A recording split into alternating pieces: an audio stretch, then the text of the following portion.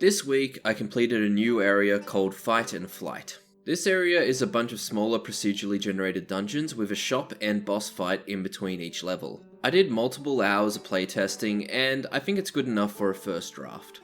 It will need to be playtested by other people, and balancing will occur based on whether they struggled or didn't struggle enough. The new character model for the priest is complete. I got the rest of the animations and needed to redo the character animation system to fully support it. I think it looks fantastic and I'm excited to get new models in the future. There is now battle music for bosses, which I think is cool. A new NPC spell was created called Frostbolt. It's a damaging spell that slows the target. I had to start tracking slowing effects, so there was a bit of system work behind the scenes. Another NPC spell called Retaliation Strike was created.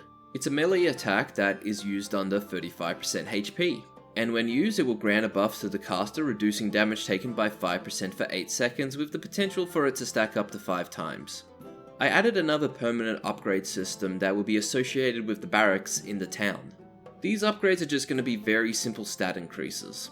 A couple of people voiced disappointment at the macro progression systems being basic, but I have my reasons for making them simple. The reason being is that I want each run to feel fairly unique via the level up system. This is the system with depth. If you have a complicated conditional like you heal more when you're closer to the target, that needs to feel powerful in order for it to exist in the player's mind. The problem with doing this through permanent upgrades is that you get excessive power creep.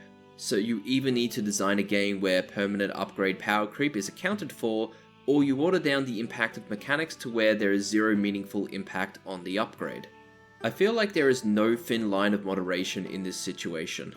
It's either powerful enough to justify a change in gameplay, or it isn't. I want neither of those situations, and the goal of the system is just to have something minor to look forward to at the end of the run, and a passive way to slowly decrease the difficulty of the game for those who are struggling.